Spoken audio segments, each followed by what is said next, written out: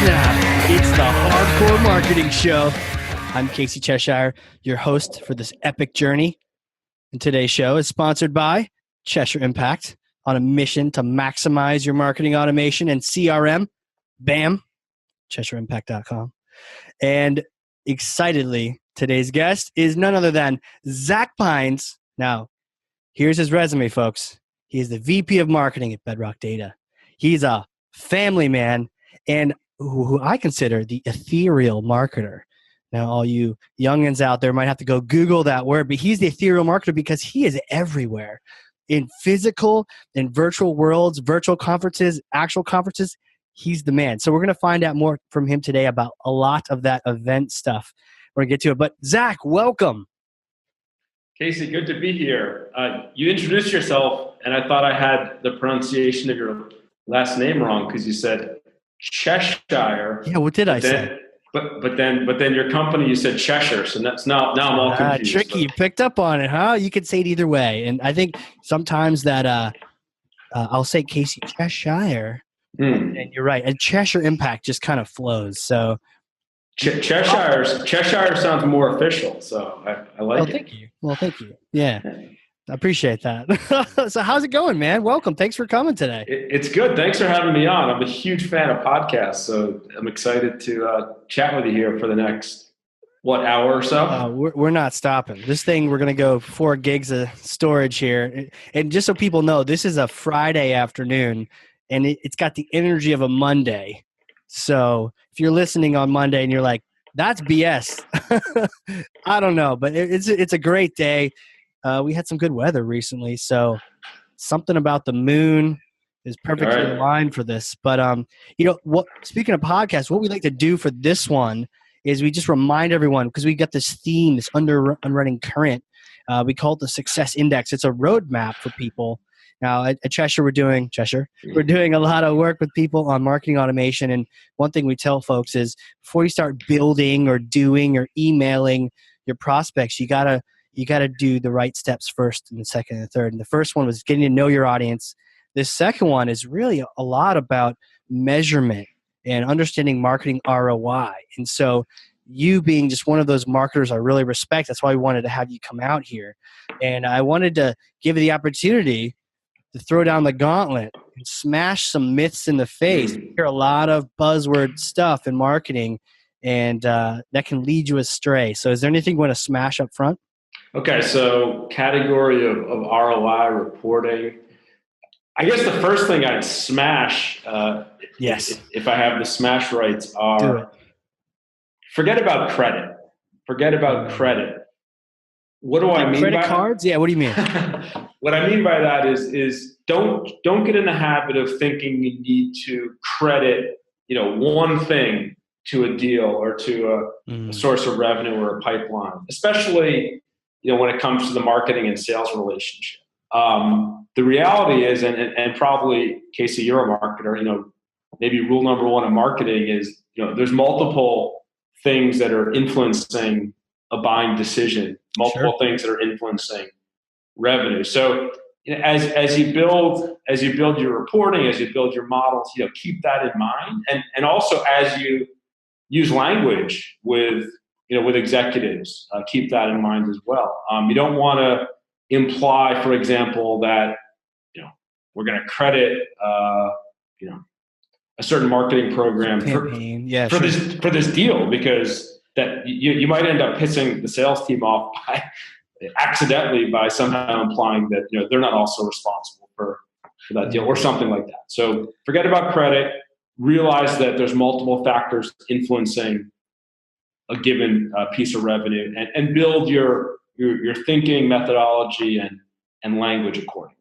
Interesting. And it's a political game, right? And so are you saying just don't play that game, or when you're playing that game, be careful the way you speak about who's responsible, who gets the win? I'm just saying, it's both beneficial to realize revenue is a team sport, and if that's in the tone of everything you're reporting, that's going to help in general. Yeah. Beyond the fact that it's actually a really good marketing lesson too, which is there's multiple things that you're doing most likely that are influencing a deal, and that's going to help when it comes to evaluating, different types of investments. It's not only about that, single, PPC ad that drove someone to sign up for a free trial. There might have been 5 or 6 or 7 marketing touches before that that also come into play as well. Right. Yeah, it's not like we're not selling frozen ice here. It didn't just have one touch point. It's a journey, and sometimes the journey is like a year long. And there's multiple touches there. And I think you're right.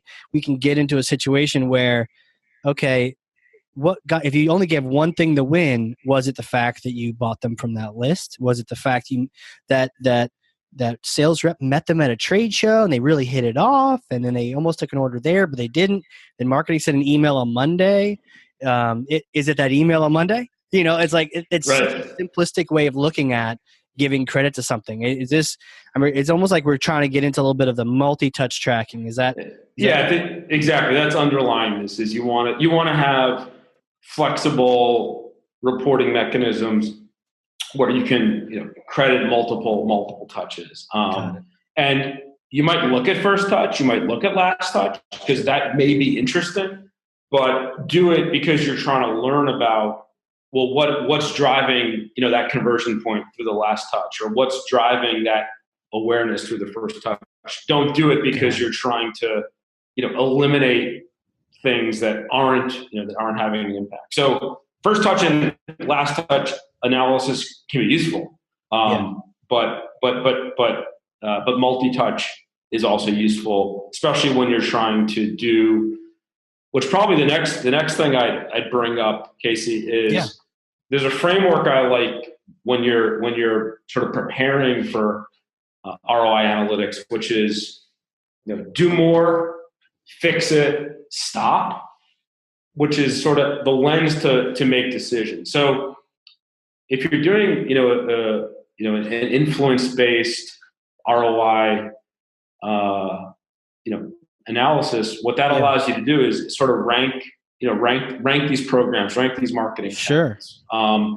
You're not necessarily saying, like, because you're looking at influence, you're not necessarily saying, I'm guaranteed if I put another $1 in, I'm going to get another $4 out. But it helps you rank your effectiveness so you can say, okay, these things are working. If I have opportunities to double down there, let's go do that. These things aren't working as well. We still believe in them strategically, so let's focus our resources on fixing or improving these things. And these things we weren't really sure about. They were more experimental, and if they're not working, let's deprioritize, or let's shift resources away from those. It's like not a light switch, right? It's not just like a one or the other. Yeah. So that that's, I've seen that should be a good framework for the decision making, because at the end of it, really, what should you be doing? You should be running your marketing organization like a business, and it's about making good, sound business decisions around resources and investments. And I think that at the end of it, that's really what a CEO or a sales team is looking for from a marketing leader. Like if they know you're running marketing like a business, that what more can they want as an executive team? Break that down a little bit, because what are the different aspects then, if you think about, and all you marketing coordinators out there, listen up. So run it like a business. That's really interesting. So it's not the whole business, but it's a department. You've got budgets, and then even customers, right? So how do you approach that? So what I mean by that is, what are you're investing resources. So you're investing either the time of your people, or marketing dollars, and be thoughtful about those investments. And then to this conversation, look to make the right business decisions around what we want to invest more in, what we want to improve our return on investment, more in the fixed category, and what are some investments that maybe aren't making sense, and be open about that, in the sense of, one thing I hear a lot, Casey, when talking to sales leaders and CEOs is, they're looking for quote unquote transparency, meaning, the best marketing teams can be open about these top line decisions, and these are things that are working. We're going to go do more of those. These are things that aren't working as well as we want to. Yeah. It's okay to say that. It's okay to say that. If there's things that you think can be improved, actually, a CEO and a sales management team would love to hear that, so that they know there's the ability to be critical about themselves. I think some marketing teams fall in the trap of wanting to constantly be painting everything as rosy. Sure. When the sales team may not be seeing that, and the executive team may not be seeing that translate into dollars. So you got to run it like a business. Be able to hand on your heart and with the numbers to back it up. Say, these are things that are working. These are things that aren't working. These are things we're going to improve. These are things we're going to stop because we think we can do better by allocating those resources elsewhere. Yeah, that's really cool. I'm hearing the word accountability as you're saying that. Here's the numbers. Here's what we're doing. It's not black and white. And here, we're going to either fix it. What was it? The three you had? Do more. Do more. Fix or stop. Fix it or stop. I feel like I want to add like smash words to that, but I love it. Maybe we'll put that on an infographic later. But that makes sense. So, but being transparent with the team around you, it almost sounds like a trap too. If everything's all rosy that you're communicating, and sales is having a rough quarter, and the CEO is worried about the numbers, and you come across like, hey guys, we got everything, all these beautiful leads being sent over. Everyone's going to start calling BS at that like immediately. But really thinking about, it's interesting. You're an individual team, but you're also part of that sales team too. We all want that revenue at the end. We're not just looking for, a marketing lead, but we're like united in that if sales is down, we're down, and it's that whole process. Yeah. Casey, you make a good point. Think of it this way, marketing shows up to a meeting, sales is in the midst of let's say a tough quarter, or even just a quarter where they're, striving to hit their number. Right. And you as marketing, if you're saying things like, leads are up, 300%, you need to be able to put that in the right business context, which is you might actually come across showing massive misalignment with sales, if you're telling two very different stories. So I think in that case, you want to also be able to give perspective based on the buying process and based on, the typical buying stage. For example, let's say you have a 6-month buying process. Sure.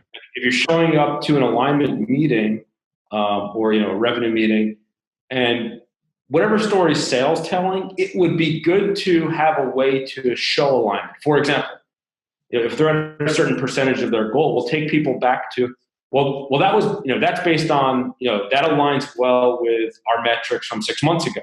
Sure. That sales and marketing are on the same page with how the numbers add up, and then also show positivity around, and here's some of the improvements we're seeing in the metrics over the past 6 months. You brought up an interesting point. The alignment meeting, is that something that you do? And you do meet with sales and other departments? Do you call it what do you call it at your place? Do you call it alignment meeting, revenue meeting? Yeah. So in my current company, Bedrock Data, we actually have we call it the commercial team. Huh.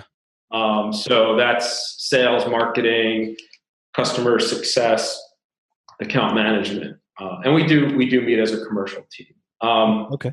In past roles, it's been in bigger organizations.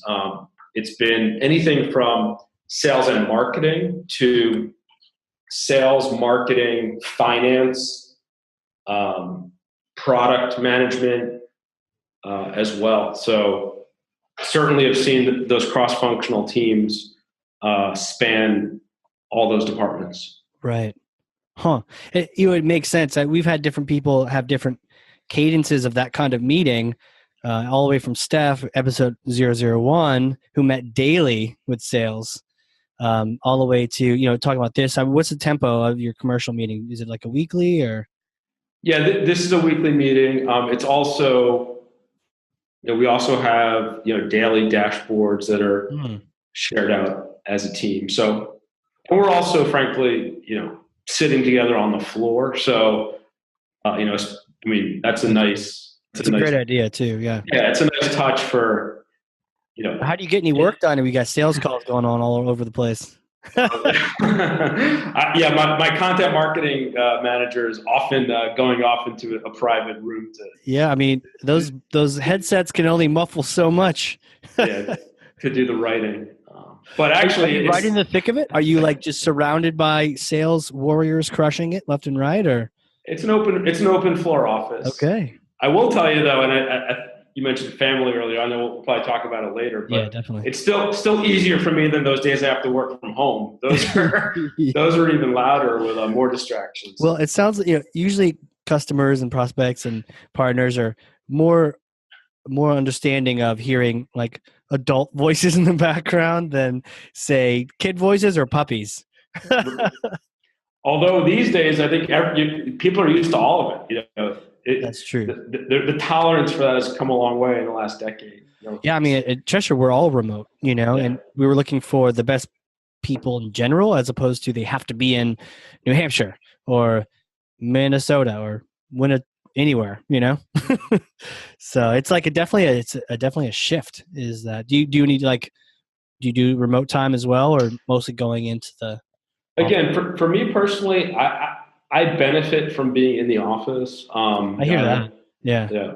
Even things like having big monitors and being able to do writing, do work on visuals. So totally, I prefer the office environment personally, but I think know a ton of remote employees, and often even the software we're using here, sometimes it's easier to dial into a team meeting when everyone's got their own camera and that's true personal setup. It can be hard, like being like this and then dialing into a room full of people. But I actually I think it's a product on one of those GoFundMe's where it's a camera that looks in all directions and shows the person talking. So I don't know how that works if everyone's talking and yelling at each other, but at least if it's orderly, it all makes sense. But speaking of that, that's actually a good tangent into when I said earlier, you're the ethereal marketer. You're everywhere. You're like, I remember being at the one of the VC events recently in Boston. Not recently, I guess a while ago. Time flies, right? But I remember seeing you there and just meeting you at all different events. So you are everywhere, and we did a webinar together too. Webinar about what Bedrock does. We'll talk about Bedrock too, but about what they do with Pardot. So how are you in all places? Are you like Hermione Granger? Do you have one of those things where you can sort of just transport back, different time zones, or how do you do it all? I don't know. I think at my heart, I'm an opportunist, and that's probably how I was raised. So it's probably more just like I learn about things, I get invited to things. Right. I'm eager to participate. Yeah. Meet someone who then invites to the next thing. So it's just you just start somewhere and build a network and participate in different communities. And for sure, and I think that's so important too, especially for the marketers listening, or if you're early in your career. These are the places you meet people, you learn things. I still every now and then learn things, mostly on these podcasts, but at these events, you never know who's going to be speaking there, and sometimes you learn things from the conversations afterward too. So it really is the place to be, to meet, to build up that LinkedIn, all of that. Yeah, and actually, since you mentioned advice for marketers on the rise, probably the best thing I did for myself in my career, something like 5 years ago, was start my own blog, personal domain, moneyballmarketer.com. So when I'm at an event, I'm often, writing about it. When I'm at an event, I'm often tweeting about it. In fact, now that you mention it, I remember the OpenView event that we were both at, and we were tagging each other in tweets. In tweets, which sort of lifts the experience and builds the connections. But having that personal blog has been a nice way to actually continue to network with people, meet new people. It's helped me I would say, even finding job opportunities quite a bit. So, for sure. Yeah, it's something I'd strongly recommend. And these days, when I created that blog, it was on Squarespace. It was before Medium, but Medium makes that even easier for people these days. You use that now? Or are you still in Squarespace? Still on Squarespace. Yeah. But yeah, it will. Why don't you say the URL again? We'll put it in the show notes too. Oh yeah, it's moneyballmarketer.com. And that's tied to the movie, or how did you come up with that? Have you had that for a while then? I mean, has this been a? Yeah. So actually, when I created the blog, at the time there was a woman on my marketing team, Alex Fisher, who said, "Hey, this domain's available," and I actually wanted moneyballmarketing.com. Okay. But that was taken, but moneyballmarketer.com was available. So then I kind of oriented it more towards that persona. Yeah. Moneyball marketer. And then I got the Twitter handle, Moneyball MKTR. There you go. I've always been a sports guy. Yep. So, and there's actually have some business background there too. So it runs pretty deep, but then thematically, I think, if you were to say what's Moneyball marketing, I would say, just like we were talking about earlier, at its core, it's running marketing like a business. Yeah. It's being data driven, but it's also not being data driven to the point of obsession. Meaning, I'm a huge proponent of brands, for example. Building your brand. So, right. Like Moneyball, what Moneyball marketing isn't is it's not like statistical number crunching and forgetting that marketing is also about building a brand. So, right. Moneyball marketing is about brand and demand. Wasn't that the takeaway from that movie too? Because they didn't look at your typical. And by the way, did you get this before the movie, or was this sort of all around? Well, I read the book, well before the movie, and yeah. So now correct me if I'm wrong. Didn't they looked at something more unique? Like, these people all need to be on the same team, and well, they looked at something different, right? It wasn't just how many hits did he have, was it not how many runs did he have, but they looked at, was it hits? They did something different, didn't they? Yeah, I mean, I think they brought all kinds of advanced metrics to the baseball world for the first time. They kind of switched things up, and instead of everyone else was, how many home runs did this guy have? It's like, doesn't even matter. All they wanted were the hits to get on base, and some of the other coaches were saying, "Oh, it's stupid," stupid. But then the people that listened, they worked. So it was about performance metrics, which is also what we were talking about earlier. Marketing performance metrics are about what's ultimately driving, pipeline and revenue. Well, it makes sense that you have you on here for this particular one. It's good. Perfect timing, right? Man, the Moneyball marketer. That is cool. Yeah, I definitely recommend checking out. There's some really good articles on here. You've definitely kept up with your blogging. Mad respect for doing that. I know it's a commitment to keep on top of that.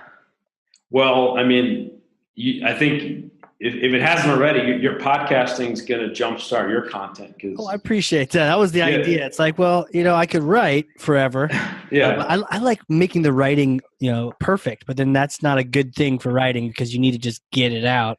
Right. It's easier for me to do that when I'm talking. And honestly, most of these blog posts to that point are I'm at an event, or maybe, less so these days, but I will say in my previous role, a lot of these blogs were inspired by moments of frustration.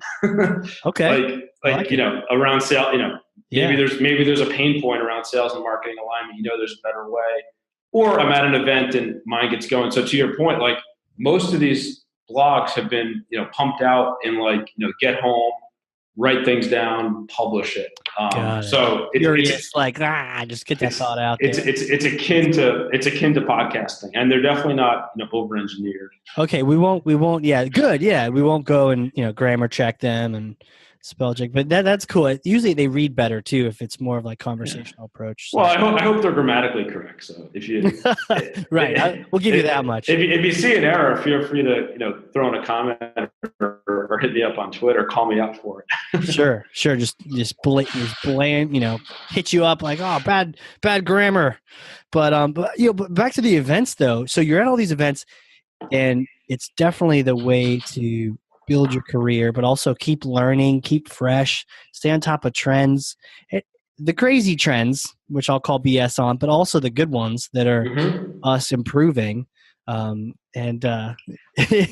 we can talk BS trends later. But what events do you recommend? Like, are there some, almost like comedian show dates? Do you have any events coming up yourself that you're going to go to that you recommend other people check out? And obviously not just in the Boston area, but anywhere. Yeah. The MarTech events are always really nice to check out. All the latest, MarTech vendors and some of the trends to your point.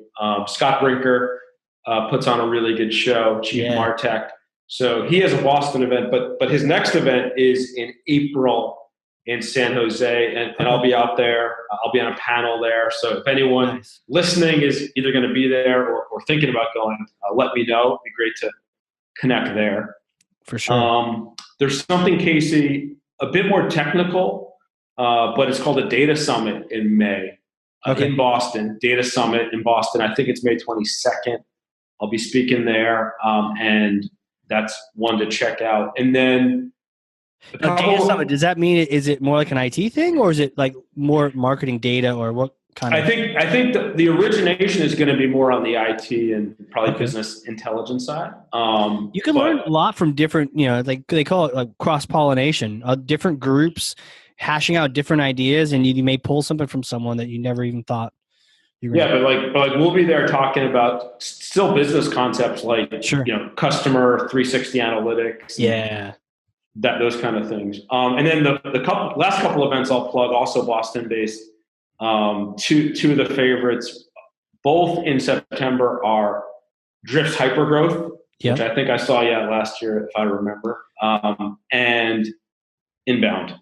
Great conference. Inbound, HubSpot's event, Drift, just exploding on the scene, and so they have an event coming up that'll be cool to check out. And then Terminus has some events coming up too. Those are kind of akin to Drift's, just excitement, crazy, just doing blowing things up and rebuilding. So that's fun. And then I'd probably Dreamforce too is one of those events for a marketer if you happen to have Salesforce, and if you have Pardot for sure. But it's one of those events if you haven't done, you should put in a request to do that, and you need to basically book your hotel now. Because San Francisco has essentially 4 hotel rooms, and they all get booked out months in advance before that. And that's one I've never done. So one of these years, done that one, huh? No, one of these years I'll have to do it. It's just been too huge, and never have decided to pull that off. I wish they would move it to Vegas because we have enough room, and then I can go see magic shows after the end of the day. But play poker tournaments. Yeah, right. Maybe. Well, that gets dangerous, right? But San Francisco, obviously, Salesforce. Yeah, they have a nice tie to that city. They do a lot for each other. But man, it can be, you thrown into San Francisco. But I think even doing at least once is a good idea. But you got to watch out where you stay. So in San Francisco, there are good areas and there are bad areas. And if it's 2 weeks before Dreamforce and you found a hotel for $100, it's probably in a bad area because those prices can get up to like $1,000 a night. So people are all buying them now, booking them early. So, but yeah, we could do a whole tip thing. If you end up going to that, we'll have to have a whole prep show. Dreamforce preppers and talk about what to do and what not to do with that. But on that note, man, I'm just full of segues today. On that note, any events you don't like? Want to smash some events? I know you're probably a nice guy and you don't have any events you didn't like, but any events not worth going? Or if none come to mind, anything you should look out for? What makes a good event, not a good event, if you're not really sure if you should go to it? Other than what Casey and Zach just told you 2 seconds ago. Man, that's a good one. Got you stumped. I was going to say, I mean, I've shied away from from Dreamforce just at the hugeness of the event. So hugeness, yeah. I've shied away from that one, but no, I can't. Nothing comes to mind in terms of a stay away. I mean, probably like many things in marketing, I'd give any event a shot. Yeah, that's kind of the marketing thing, right? Test it. Yeah, test it, right? Yeah. And then if you don't like it, don't go back a second time. Right, exactly. And then tweet how much you hated it to everyone you know. Okay, yeah, okay, fair enough. Good advice. And the bigger the event, the more offerings you can have, but also you can get kind of swept up by it. So I can see there's value in the small events too, the local ones, even like user groups. Local user groups can be great. So oh yeah, big fan of user groups. Big fan of that for sure. And tell me, webinars, right, or virtual? Have you done any virtual events? Sure. I mean, virtual events can be almost like Uber webinars where you have, like multiple tracks and you've got, an all day type of thing online. So yeah, I've spoken at ones like that. At my last company, we had almost like a customer summit that was in the form of a virtual event with, lots and lots of speakers and different tracks. That was really successful. It saves you from the travel, but there's something about being there in person. And to the earlier convo, it's that conversation after the fact, or maybe in between the two. Who you sat next to? Maybe someone you might be working with at some point. Yeah. I don't think I certainly would. If you don't do only virtual events and shy away from the live events, and I guess to close out the topic, Casey, I'd say, everyone's busy. So sometimes, you might not really get over the hump of attending that live event, but it's so worth it. It's so worth it to network, to have conversations, to, maybe practice your pitch if you're trying to pitch your product, compare notes with others. So yeah, live events, mix up, a few good local ones, a couple big ones. It's definitely worth it. Keep it real. Get your personal brand out there, and learn something for your company. Get your company out there too. You have your own personal pitch, but you also have your company's pitch. So yeah, good stuff. And speaking of companies, man, these things just string together. Speaking of companies, tell me, Bedrock. Now, for everyone working out there, we do a lot of work at Cheshire with Pardot, and we connect. I guess I'll just sort of summarize, and then you can do the real thing. Sure. We do a lot of work with people with Pardot, and they naturally have Salesforce. Some people have other CRMs, and they want the better marketing automation platform, in my humble opinion.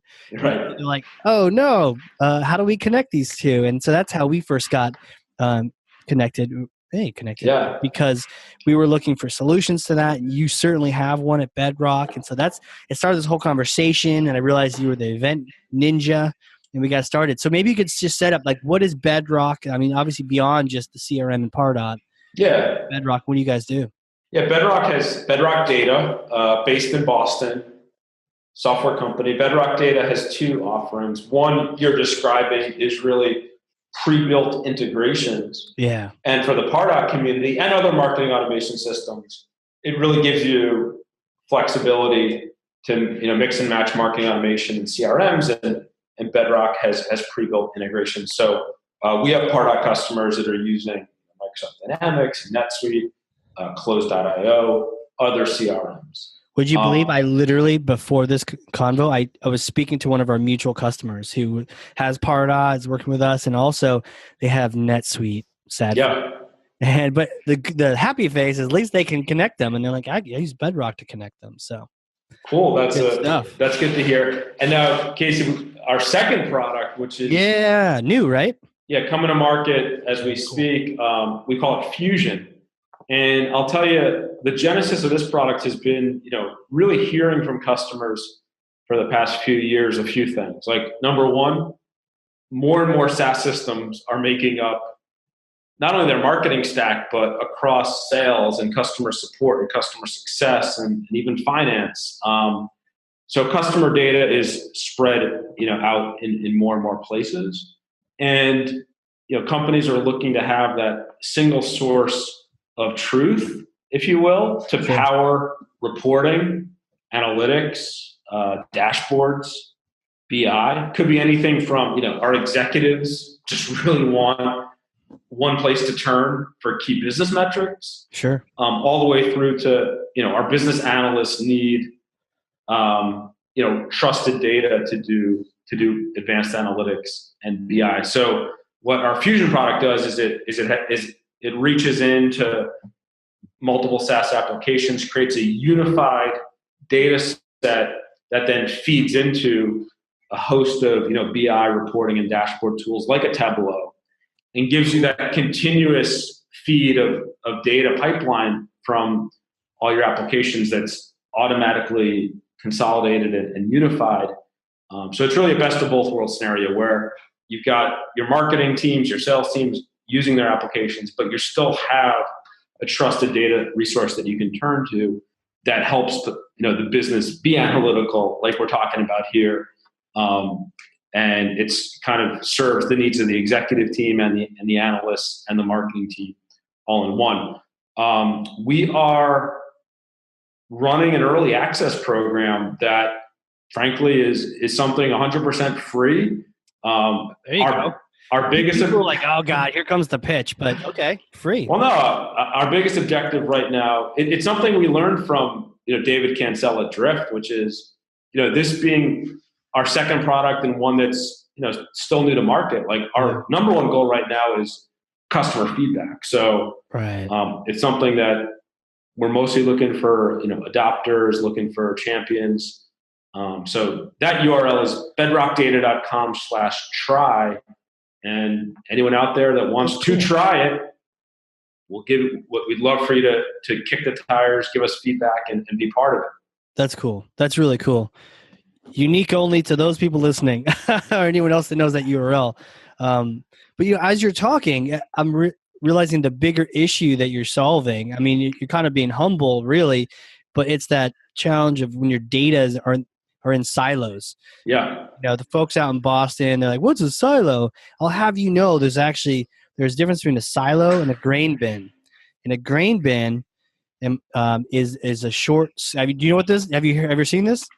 A grain bin is a short, squat thing. Okay. It has grain in it that humans eat. And a silo is the big, tall thing you see from The Wizard of Oz. That's right. A silo. So there's a difference, and that has silage in it, which is what horses eat, right? So cows and all your farm animals. So, anyways, that aside, now you learned something on Friday. But that aside, when your data is one set of data, like marketing's data is in a silo, and sales is in a grain bin, and then operations or finance is in a different one. That's where all the challenges come from, and it's so crazy. We miscommunicate on email all the time. It's that much worse when our data are in different places. So, in the initial challenge you were solving of just when you have marketing automation and you have CRM, so you have your marketing guys and gals, you have that tech connected to your CRM. When those are connected, it multiplies the effect. Because now you have the whole process covered by those two technologies. When they're individual, they still work, but you're missing things. Marketing doesn't actually know what closed; they just know what clicked. In sales, they're not sending any feedback back or not much at all. So it's like so disjointed. But when you communicate the two together, that's magic. And I think what I hear you're talking about. Correct me if I'm wrong, but I hear not just sales and marketing and the connections that we've been talking about, but while we're doing those connections into other departments and other apps and whatnot, let's also have our own data sets too geeky. I think it's have the data in a single place, single source of truth as it's flying around, so that if someone wants to run a report or the CEO wants to see X, Y, and Z, it's like there and you own it, as opposed to you download Excel from over here, then over there, and then try to put it together. It's just it's a nightmare. Yeah, you nailed it. You totally nailed it, man. It's because it's Friday. It's feeling good. This is good. Nice. Well, I'm glad. It's a great point, and I'm glad to be able to make it because I've experienced that before. I have had Pardot one time, and the other system was NetSuite. God bless people on NetSuite, but there are alternatives. There are alternatives. But anyways, don't say anything, Zach. Don't get yourself in trouble. And no. I was gonna say. I mean, usually it's there for other reasons, right? It's not the best marketing system. It's not the best sales system, but it's your financial system, and that's sort of yes, that's exactly right. And you know what? If you want to, we throw we do shots fired around here, but honestly. Don't let your CFO pick your CRM. Don't let your finance guy pick the thing that's going to help you sell and market to people. That doesn't work. That's what happens a lot. People, they go with NetSuite. By the way, NetSuite will never sponsor the show. I don't need them to. But people will go and they'll pick this tool called NetSuite because it's a tool called an ERP. It can track your materials. If you're manufacturing, it can track your finances. And then they go, oh, by the way, we have a CRM that helps your salespeople. And when you do it that way, it's so frustrating. Yeah. So I've lived that.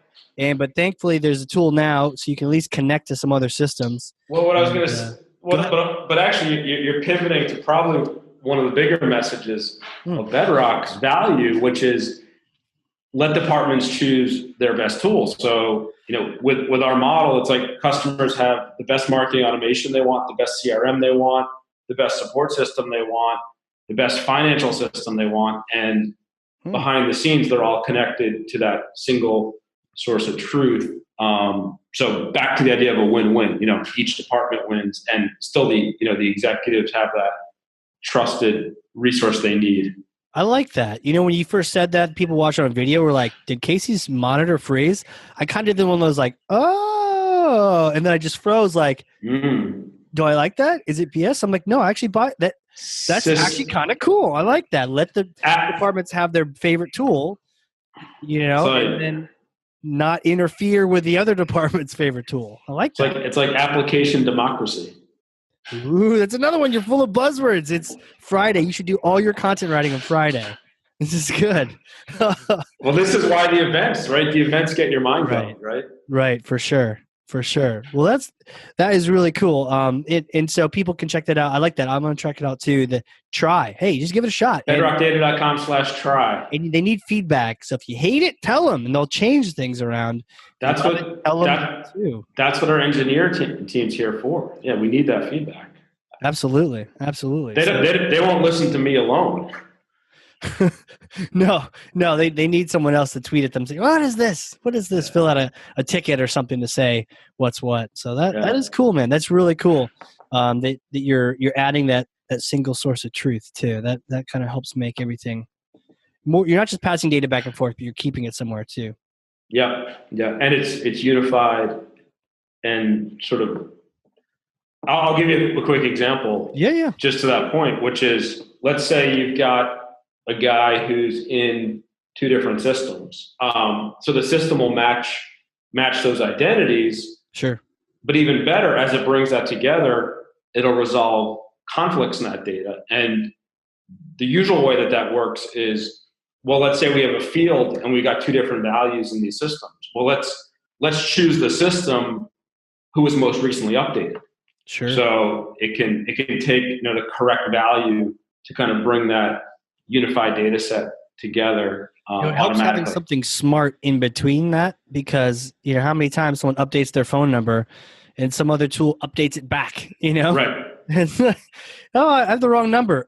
Yeah, they updated it, but we undid that update, and that can cost people money. So it's cool having something smart. I don't think it's quite AI yet, but something smart with some rules in between. Right. Right. Absolutely. So this is the point where I'm just wondering, who are you and where did you come from? How did you become the Moneyball marketer? How did you get all this experience in marketing and the data and all that? How did this start? Did you just, do this at all times, or how did that work? I mean, I mentioned that there is a sports tie-in, interestingly, and somewhat sort of surprisingly. But this is the part where you tell me you played like pro sports, and I had no idea. Like, I've known you for like 10 years. I never knew that. I didn't play, but back when I was a teenager, back to the point of being opportunistic. Yep. I got myself into a project at IBM where a data scientist had basically invented some new data mining algorithms, and he was looking for ways to apply them. And long story short is we built the first data mining software used by NBA coaches. And interesting. This was actually, we talked about advanced metrics for baseball. This was the first advanced metrics used by NBA teams. And we brought that software to the league back in the late 90s. And it took off like wildfire. Within 2 years, it was used by 24 of the then 28 teams. It got picked up and featured at the Olympics in 1996 and later on. So that was my first kind of foray into business. And it's like, how do you go, the bar is set high with that. Right. Now, was it just taking all sorts of data from the games and the player stats, and this was a lot of things in those systems, right? Yeah, and at that point, it was the first time that they were tracking this kind of data. So for the very first time, they had someone sitting courtside logging every single play. And actually at that time too, I remember it was the first time Palm Pilots were becoming a thing. I remember they that. were starting to log things with Palm Pilots. Yeah. And that was a big breakthrough. Although those didn't quite catch on, but we had play data for the first time. And another thing we did was everything was timestamped. So when we presented reports to the coaches, we could actually queue up the relevant videos. And that was probably interesting. Yeah, I mean there truly tie-ins here to the marketing thing. I mean, the first tie-in was performance metrics. So the analysis that we did was which player combinations were leading to the most success or the worst success at a top line level. So it was this is the guy. When you have him at this position, that's when the team is really performing. Kidding. And at the time, plus minus wasn't really a metric that NBA used at all. And that was the metric we brought to them, was by looking at plus minus and looking at lineup combinations, you could look at where are you performing the best, where are you performing the worst. So that was plus minus? Plus minus, it used to be a hockey metric, which was just when you have these guys on the floor of the ice, what's your score? Are you up? Are you down? So plus minus was when LeBron James is on the court, we're plus 32. Sure. But and so what the system did, the analysis did, is it looked at where the best performances were coming through lineups. And to your point, at that time, no one ever looked at that. They were looking at points and field goal percentage, but no one was looking at how the lineups were performing. So that was the performance breakthrough, the same way that revenue analytics has been the performance breakthrough for marketing. Interesting. And then the other lesson and kind of parallel I see, because I thought about this That's since cool. is decision support. It wasn't about saying to the coach, we're doing your job. It was about saying to the coach, we're going to help you do your job easier and back it up with data. Right. So that's where I started this point, was we present him the data, and then he'd be able to click a button and then see all the videos of the relevant plays. Yeah. So it's we don't know why this is happening, coach. You're the expert. But let's present you with a tool to be able to do that and make better decisions. So it was all about making the coach the hero.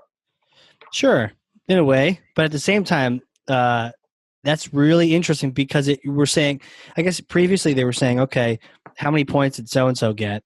Yeah. in blaming the points on just having a really good field goal percentage. When in all reality, maybe there was 2 or 3 people that were just so great at defending. They always passed to him and they always got him the ball. And when they're there, they enable him to be that good. Yeah, You know? that's a way or to be better, because he's good anyways. But you need someone else to get him there to be that good. Yeah. Being up isn't just because your superstar's there, but because he's got the right team around him. Yeah, it's really interesting. Huh? Really interesting. Now, real quick, how when they're tracking the play, are they being able to say like so and so passed it in to so and so who passed it in, who dribbled 3 times and then took a shot? So yes, not at that point. At that point, mid 90s, it was just who was on the floor. Right.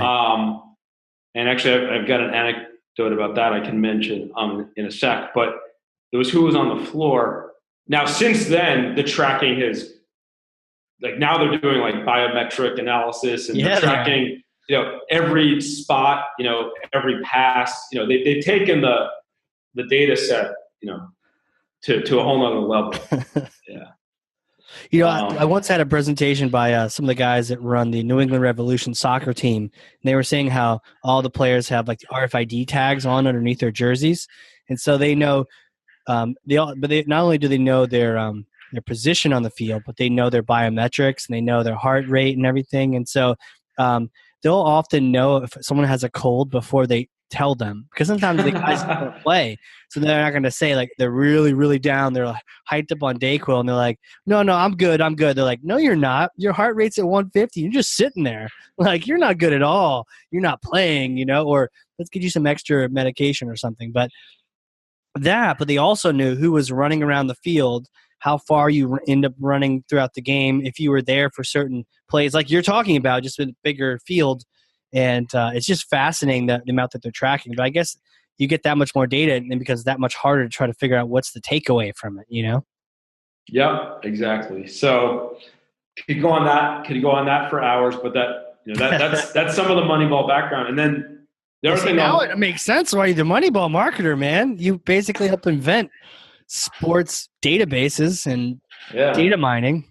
Absolutely. And then my other really cool thing I did, actually, there's probably been a bunch, but the other one I'll mention here was part of a startup that became the first marketing technology software within Omnicom Group, which is big holding company for ad agencies, marketing services firms. And this is going back to like 2000, 2001. So, advertising at that point was still very much in the, Don Draper days of, all about TV, internet was just becoming a thing. Yeah. So we were bringing marketing technology to some of the biggest brands in the world through their agencies. And it became really successful. I got really lucky because through doing that, I got to see every single marketing discipline in action, from top ad agencies, branding firms, PR firms, direct marketing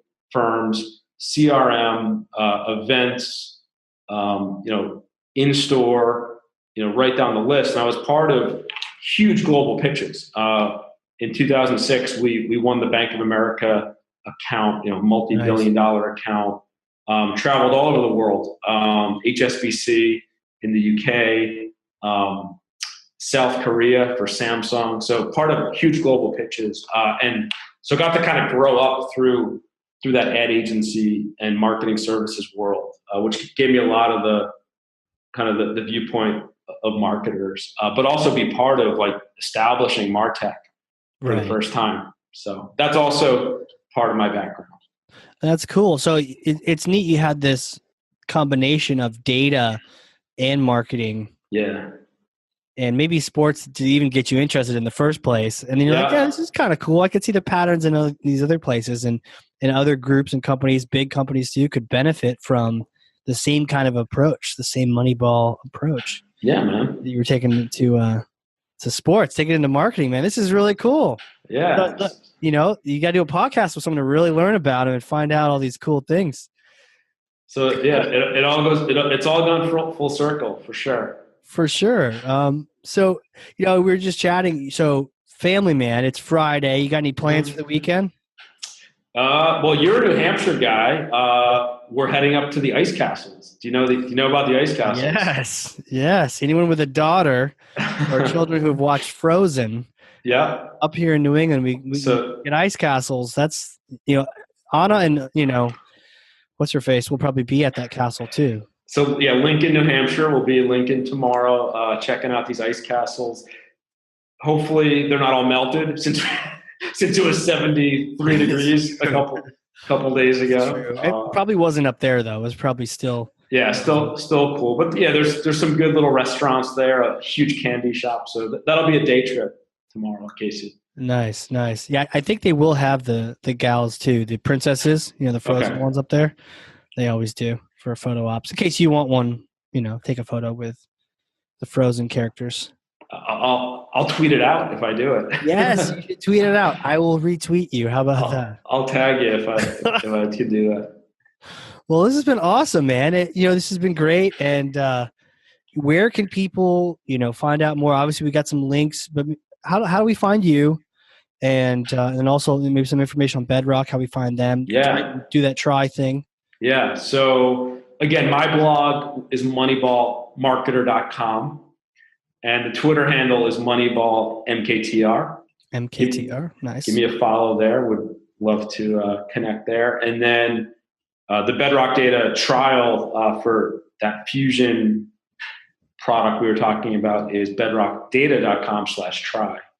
So give it a try there. Give it a try. That's it, man. Yeah.